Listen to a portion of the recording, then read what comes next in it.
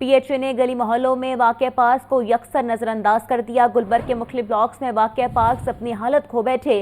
Parks के लिए मुख्तस करोड़ों के फंड्स मरकजी शाहराहों पर खर्च। Gulberg two nursery ground canal park की हालत में अबतर है और बच्चों के झूले, वॉकिंग ट्रैक और बैरूनी जंगला टूट फूट का शिकार है। मजीद क्या तफसीलात हैं जानते हैं जैनुल आबिदीन से। जी जैन, अपडेट कीजिएगा।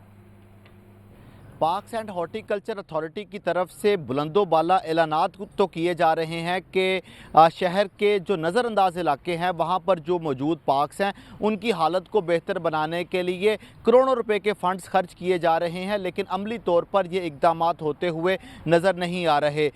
शहर के मुख्तलिफ इलाकों में वाक़ जो ब्लॉक्स के अंदर पार्क्स हैं उनकी हालत ज़ार हो चुकी है। मैं इस वक्त मौजूद हूँ Gulberg two canal park nursery ground park है और इसकी हालत ज़ार मेरा कैमरामैन मोहम्मद शहबाज आपको दिखाता है कि ये बच्चों की एंटरटेनमेंट के लिए यहाँ पर स्विंग लगाई गई हैं और इस स्विंग की हालत देखें कि यहाँ पर बैठने के लिए किसी तरह का कोई इंतज़ाम नहीं है। इसके अलावा जो ये जंजीर लगाई गई है ये अब जंग आलूद हो चुकी है और इसके साथ जो दूसरा सेट था वो वैसे ही गायब हो चुका है।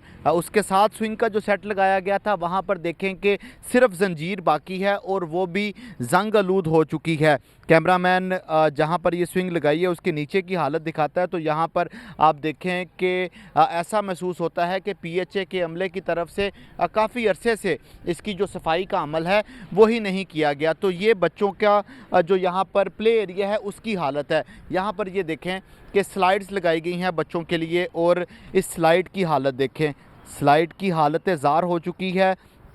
नीचे जो इसकी पत्रियां हैं वो बाहर निकल चुकी हैं और जो बच्चों की एंटरटेनमेंट के लिए यहाँ पर जो ये बनाया गया प्ले एरिया है वो उनके लिए वबाले जान बनने के लिए तैयार है।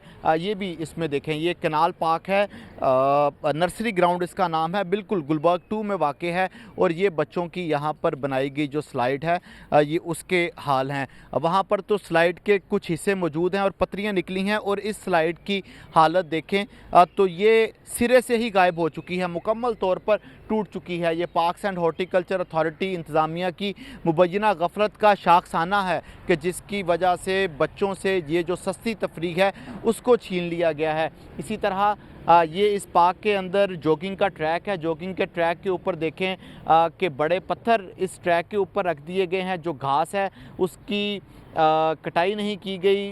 जो जॉगिंग ट्रैक है वक्त गुजरने के साथ साथ वो अपनी हालत खो बैठा है। ऐसा महसूस हो रहा है कि जैसे गुज़िश्ता कई सालों से जो पार्क्स एंड हॉर्टिकल्चर अथॉरिटी का शोबा हॉर्टिकल्चर है उनकी तरफ से इस पार्क की मुरम्मत और बहाली का काम नहीं किया गया।